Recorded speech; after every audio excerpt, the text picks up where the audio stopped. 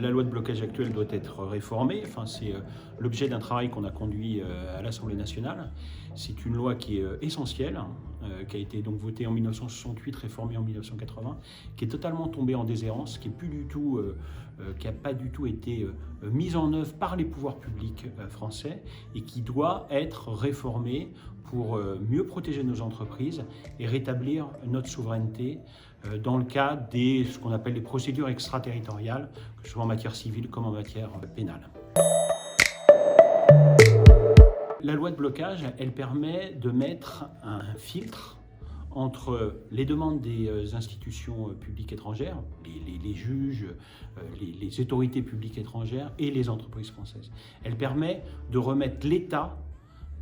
protecteur entre les pouvoirs publics étrangers et les entreprises françaises, en donnant un certain nombre de garanties pour éviter qu'un certain nombre d'informations extrêmement sensibles, voire qui pourraient porter atteinte à la souveraineté de notre pays, puissent être filtrées.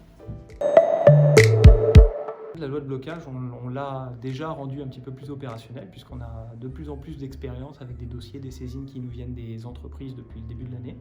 Donc de fait, on accumule une sorte de track record qui nous permet justement d'affiner le dispositif. La limite, c'est qu'évidemment, on a besoin d'avoir un nouveau dispositif modernisé pour aller complètement au bout de cette logique qui est une logique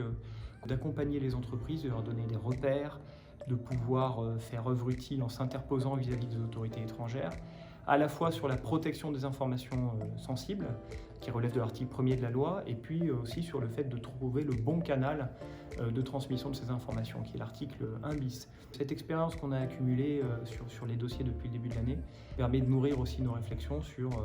le nouveau dispositif cible qu'on aimerait mettre en place pour maximiser les bienfaits de cette loi pour la souveraineté numérique.